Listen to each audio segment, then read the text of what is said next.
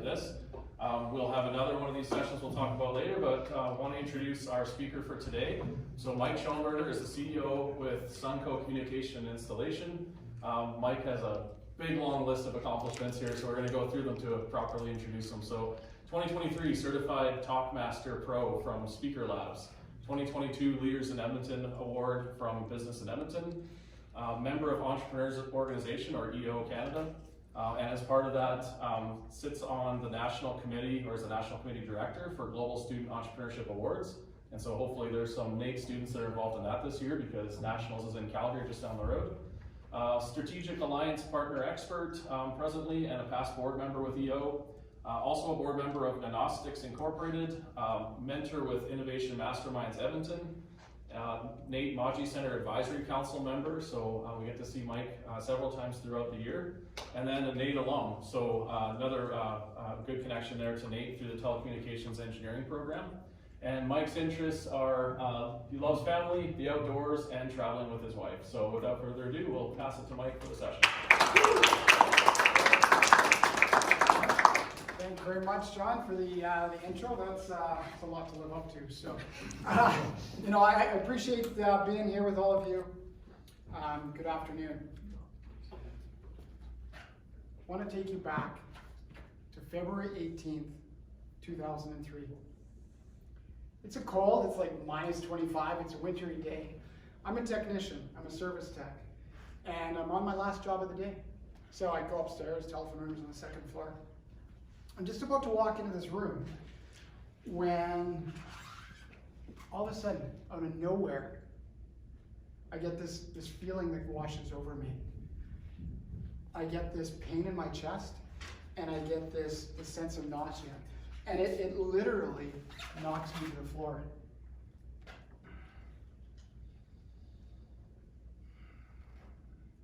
I breathe through it, never having experienced anything like this in my life before. It's a feeling that I can't describe, and I still feel it to this day.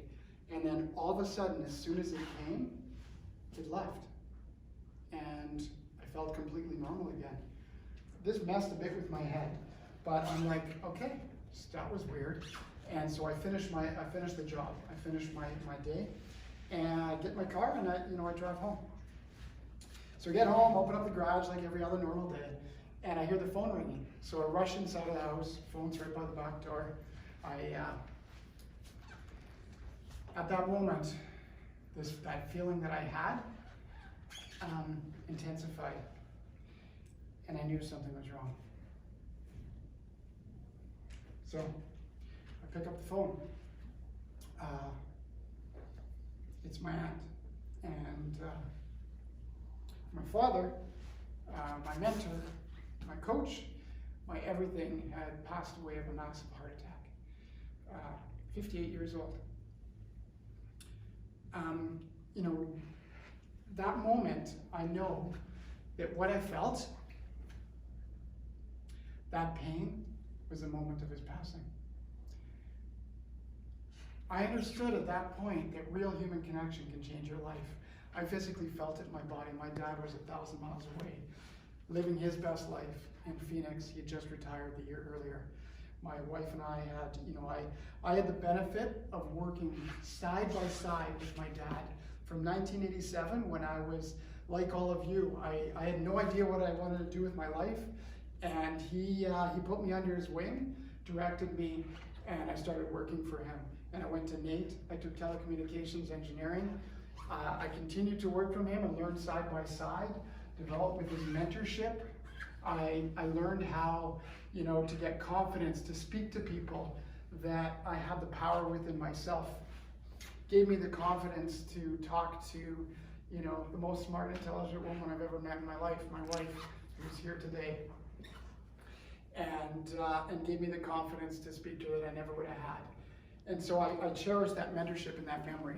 But that moment, February 18th, 2003, was a moment that changed me forever. There was a part of myself that went into this box. And the lid was closed, it was locked, and the key was thrown away and hidden. And what I'm going to talk to you about today is what happened and how I unlocked that box and what the impact of that did with my life. So if you're a student, which all of you are, if you're looking for, how to connect better with yourself, how to connect better with others, how to, properly communicate and connect with family members, then you're in the right place. So today, what I'm going to cover for you is 3 things.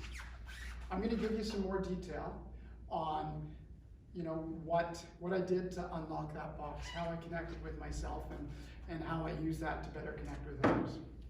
I'm going to give you some tools and talk through how that could be important to you, and give you some tools for your tool belt, so that things that you can take away to maybe help you in your life. And then 3, we're going to do a little exercise together. There's going to be some crowd participation here, I know, but we're going to set you up for that. It's going to be okay. We'll all survive, I promise you. And it's going to let everybody not only feel a little bit more connected to yourself, but you're going to feel more connected to people in this room, some of which may be complete strangers, right? So that's our goal together. Who wants to come along for a ride? Whew. So let's dig in. So what happened next? Why is this important to me? Dates are important. February 19th, 2022. 2 days, or 19th, 1 day after an anniversary of my dad's passing. At the time, I never even put 2 and 2 together. As mentioned in my bio, I'm part of the Entrepreneurs Organization, and as such, I was invited to this leadership summit. This leadership summit was held in Banff, Alberta, Canada. I don't know about what it is about transformational stuff that happens in my life on cold winter days, but it was cold. It was like minus 40 degrees. I'm like, boom. So anyway, I'm at this leadership conference in Banff, Alberta, and I go to one of the sessions, and I open up this, it's in a hotel room, or in a ballroom. I open up the door, and I see all these mats on the floor. And there's 40 other entrepreneurs in this room with me, and we're all sitting on the floor. There's big TVs, not as big as this, that are on the wall. And there's this Wim Hof guy. It's his Wim Hof experience. And I have no idea what Wim Hof is. I'm not sure if anyone here has heard of it before. I hadn't. So the person on the screen, or facilitator, is like, I'm going to guide you through breath work. Wim Hof is a breathing exercise. So for the next 60 minutes, yes, 60 minutes, we're going to do continuous breath. And this continuous breath might feel weird. Your mouth is going to get dry. You're probably going to feel emotion. And you might get this thing that we call lobster claws, where your limbs, your hands, and your legs will just suddenly tighten up. And you'll like turn into a ball, and it feels really, really tight. It feels weird. It might feel a little uncomfortable, but don't worry. It's okay. Just breathe through it. And so I'm like, okay. I was told to say yes to everything in Yo, so I'm going to go for it. So here we go.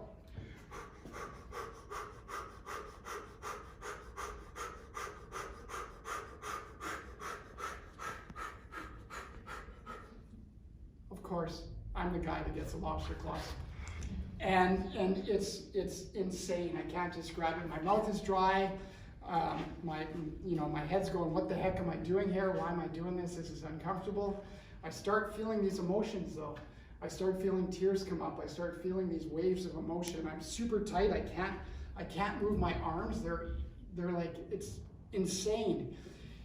And what seems like the time just stood still. The hour went by really fast. I'm not even sure at what point this happened, but in my head, all of a sudden I heard a voice.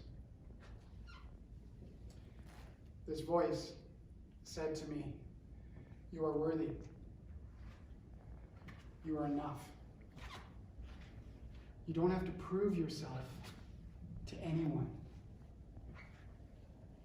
And this next part was what truly blew my mind. I'm proud of you. It was like, everything just released. The lobster was gone, my hands released. I've never done drugs in my life, but I imagine this is what it must feel like. It was euphoric. The feeling that came over me, the rest of that conference, I was on the top of the world. I was so incredibly, just euphoric is a great word. And so what's the significance of this? It started to unlock that box. I started to realize the connection that was missing with myself. I had a great connection with people. I've always been empathetic. But when it came to talking about my father and sharing his messages and sharing some of his learnings, there was a piece of myself that I was missing. So it started me to be curious. So the next thing, I had an opportunity to go to another EO event, a regional leadership academy, and this time in Downtown Block, Quebec City. And they break us down. We start, the first day is at 3 o'clock in the morning. You get up. You're not allowed to talk to each other. You have a candle and you're walking in the dark. And noticing everybody, again, there's about 40 people going through this, and we're walking in the dark. We have our candle, and then all of a sudden we have to start climbing up. It's really been rainy, it's foggy, and we have to go up this steep hill. And people are slipping, and people are tripping, and people are struggling, and they're out of breath, and seeing people taking other people's packs, because we have backpacks. They're loaded with some clay and some weights. And we're fighting to get up this hill, and we get to the top, and then you journal. I've never journaled before in my life. I've never written before in my life. I journaled. And it was really cool. And then they had these exercises that they put us through. It's like 6 o'clock in the morning. You can't see the valley because it's all fog. One of the stations was an art station. We have white clay, we have dark clay. And they say, just go out in the forest here and pick up stuff and make whatever comes to your mind. So I go out, I pick some bark, I pick up some leaves, I pick up some fungus off a tree. And in like 5 minutes, I made maybe 10 minutes. I'm not an artist. If you see me draw, maybe I'll write later, and you're going to go, holy crap, how did God create anything? So I formed out of this clay, I created this shape of a figure of a man, kind of like a gingerbread man almost, but on the birch bark with the fungus attached. And on top of it was white clay figures of what symbolized myself and my wife holding a little baby, which signified my son, and then a mountain with a river going beside the body. And this signified the gingerbread man at the bottom was my dad. My wife and my son and I, growing out of that, from death comes life. And it's my time to share my dad's story. To share the wisdom and the knowledge that he gave to me with others, because it's worth telling. And at that moment, I released more. And so that led me, at the end of that, at that moment when I was done, the fog was lifted, the valley was clear, the sun was shining, it was serendipitous. It was one of those moments that you hold on to forever and I'll never forget. Well, there they teach us something called the 10. This is one of those potential tools for your little toolkit, if you want to so choose. It's a practice of mindfulness and meditation. So 10 minutes every morning of meditation, 10 minutes of gratitude. So writing down things you're grateful for. Because, really it could be very simple. It doesn't have to be anything profound. And then 10 minutes of positive reading. And starting your day with that. I've been pretty much doing that for 2 years now. And I can tell you that practice has changed my life. How has it changed my life? It's given me, there used to be before where I would react. And something would happen, and I would just react based on my programming. Now it's created a space. It's like, instead of standing underneath a waterfall of life, and the water's just happening, and life's just happening to me, it's like I've taken a step back. And now the waterfall is down in a valley, and I can see everything around it, and now I can make a conscious choice in a split second. This is a game changer. So now instead of the strings of my mind pulling me, I'm able to pull on them a little bit. So you might be thinking, what does this have to do with me? It's great that you've done all this stuff, but what does it mean for me? So we're going to go into that now. That was the second item. Now, what could this mean to you? So there's this I went to the Global Speakers Academy to learn to, get over my fear of speaking in front of people, and they give us some neat techniques to do that. And one of them is our brains. Who here has, have you ever had a busy brain? Somebody's talking to you, and then all of a sudden you start thinking about what they're saying and how you're going to respond to it, or you're somewhere and what am I going to do, when I get home, or I have to do laundry, or I have to exercise, or I have to do that report that's due tomorrow, or I got this assignment, and it really takes you away from being present. I like to call that and label that the monkey mind. So we have a monkey mind. We all have monkey minds. It's just the way our human nature is. But then there's the Buddha mind. So if we think to ourselves, how do we label what is a Buddha mind? A Buddha mind is curious. A Buddha mind is quiet. A Buddha mind is investigative. Right? So when somebody is, learning active listening techniques, they talk about it. There's all kinds of podcasts. There's all kinds of books. I'm a big, learn, podcast, books, whatever I can to try and grow. And that's a common theme, is active listening. How do you do active listening? By mirroring. If somebody says something to you, you repeat it back to them. Quieting your mind and not trying to fix people, not trying to solve problems.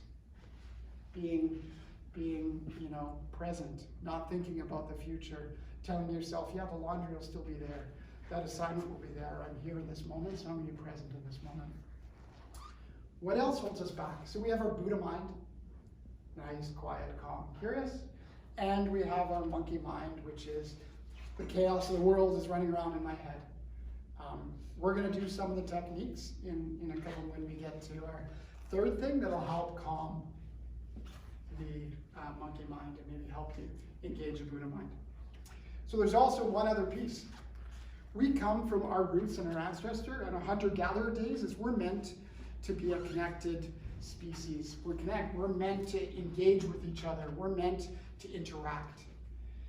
There was a time, though, that if we went outside of our tribe, we could get eaten by a lion. There could be a lion underneath this table today. And getting eaten by a lion, I don't know about you, but it's not something I want to do, or a tiger or a bear. So we have this instinct that is still instinctual, that we have a protector that keeps us safe from the lion, keeps us safe from getting voted off the island, keeps us safe from getting kicked out of our tribe, right, and keeping us alive. And this protector, unfortunately, in today's society, when life is easy, there's food on the table, we don't have to worry about getting eaten by lions or tigers or bears or mine. We don't have any of that. So what does our protector do? Our protector holds us back from our true self. Our protector is this little dude that sits on your shoulder that says, I'm not going to put my hand up in class because somebody might think what I have to say is stupid. Somebody else is smarter than me. That voice in our head that says, I'm not good enough. That voice in our head that says, I'm fat, I'm ugly, I'm whatever, right? So I name my protector that I'm afraid of public speaking. I'm afraid of getting people in front of a room like this. I get nervous, but those nerves I turn into a superpower. I turn into passion for what I do. And my protector's name is Bob. And so what I did with Bob today, and I have my projector. So my projector is Richard. So what I said to Bob today is I went, Bob, can you just wait outside? You can wait in the truck. There's some candy in the back seat, so feel free to help yourself. I'm going to bring Richard with me, and Richard and I are going to talk to this amazing group of people today. I like Richard. Richard's a great guy. But if Bob pokes his head in, it's okay. If I say something wrong, it's okay. The worst thing that can happen is I mess up this talk. I go home, I have pad thai, because I really like pad thai. Who doesn't like pad thai? And I learn from it and I do it again tomorrow. Right? So it's understanding our protector, our projector, flicking them off our shoulders, and understanding our Buddha and our monkey brain and being kind to ourselves. So that leads us into our third topic, where I promised you where I would do a little exercise. This is the this is the staff participation, not even staff, group participation event. So what we're gonna do to get us all in that space is this is a little bit of a trick, another tool for your tool belt that you can do that can help you calm yourself when you have that monkey mind, your brain is going crazy. So what we're gonna do is there's something called a yogic breath, so belly breath. So what we're gonna start out with is we're gonna put our hands on our belly, and there's, let's first of all, just give your projector a little flick off your shoulder. There's no judgment here, we're all having fun, okay? So we're gonna put our hands on our belly, and we're gonna do a deep breath together, okay? So what we do is when you breathe in, it's a belly breath. So you're gonna feel your breath go out, and then we're gonna do the biggest exhale ever when you breathe out. So big breath in, and then just blow that air out. Okay, we're gonna do that 3 times. Okay, you ready? Here we go. Make it loud.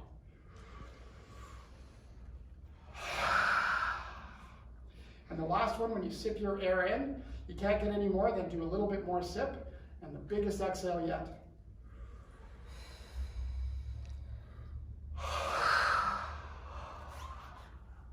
Doesn't that feel good? It feels great. All right, so if ever you're feeling anxious, stressed, that's something you can do. 3, 4, 5 of those, and it's amazing what it can do to your brain. So now what we're gonna do is we're gonna put our hand on our heart. Okay?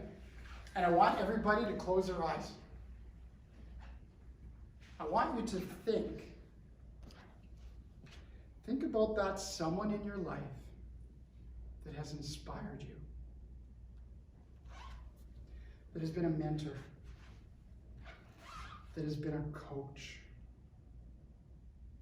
that has been that person that's been there for you, that you love unconditionally. And whether they're alive, whether they've moved on from this world, it doesn't matter. Picture them here with you. Picture them giving you a hug, holding your hand, just being by your side. I want you to hold on to that thought. Just hold on to that. I'll give you a moment to picture it.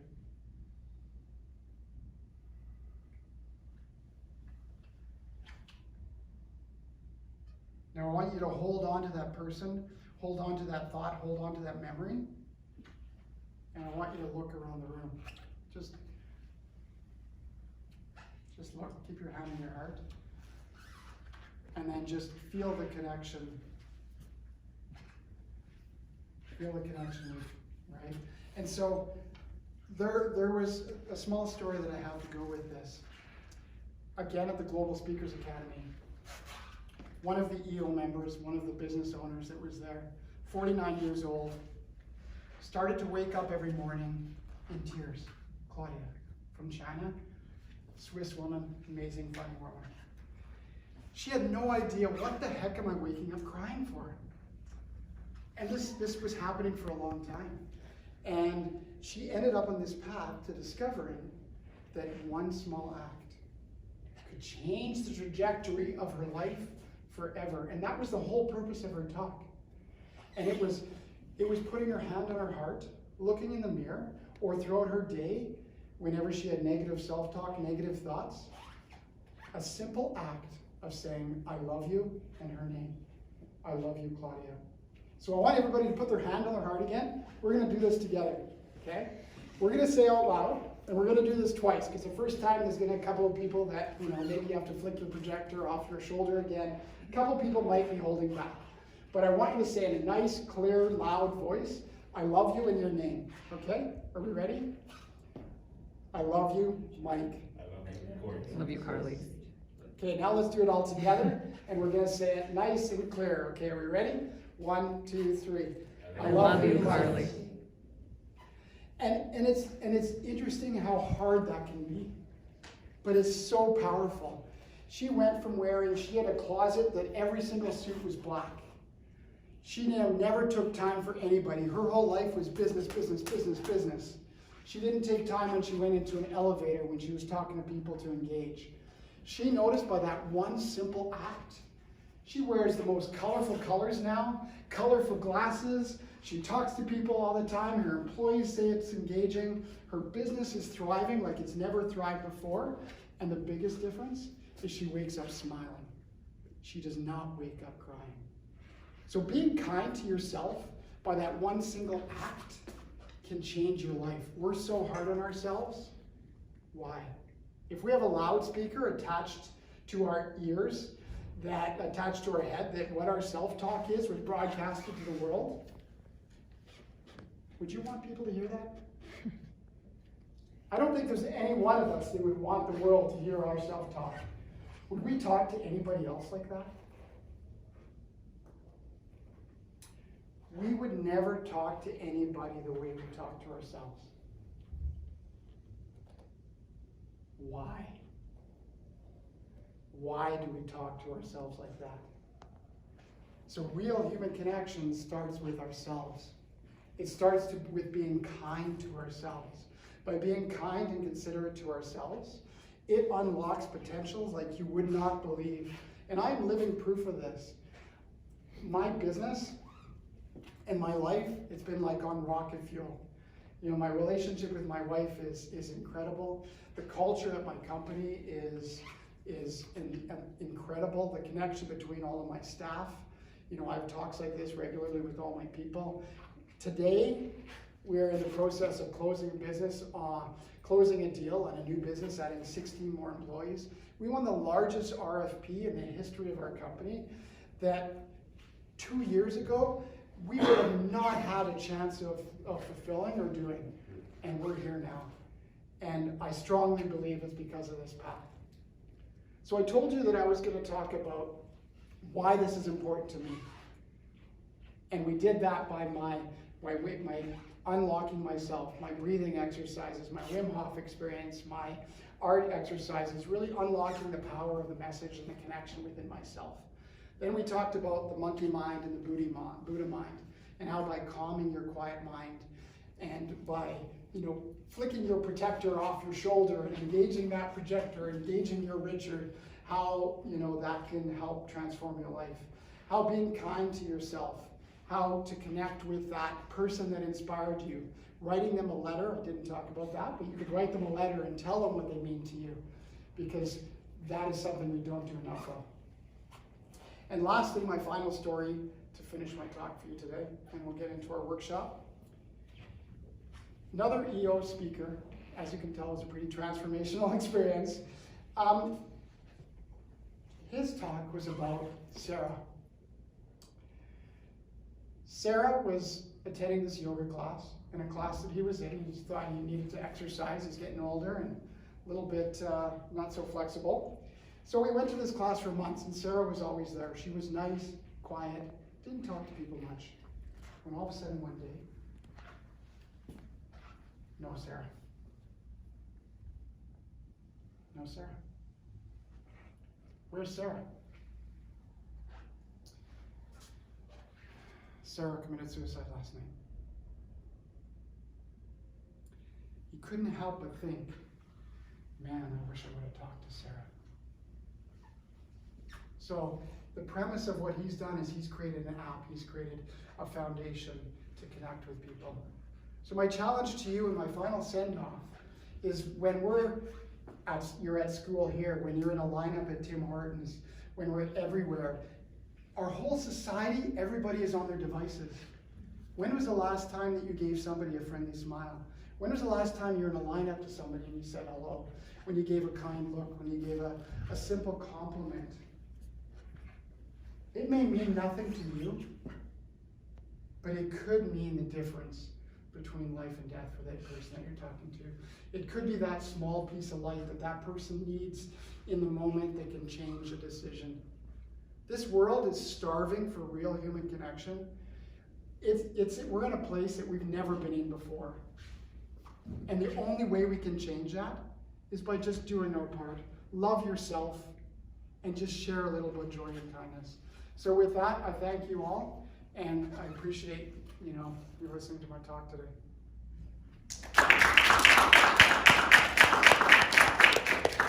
So now we're getting into, you can turn that off if you want. So now we're getting into our workshop part of our talk.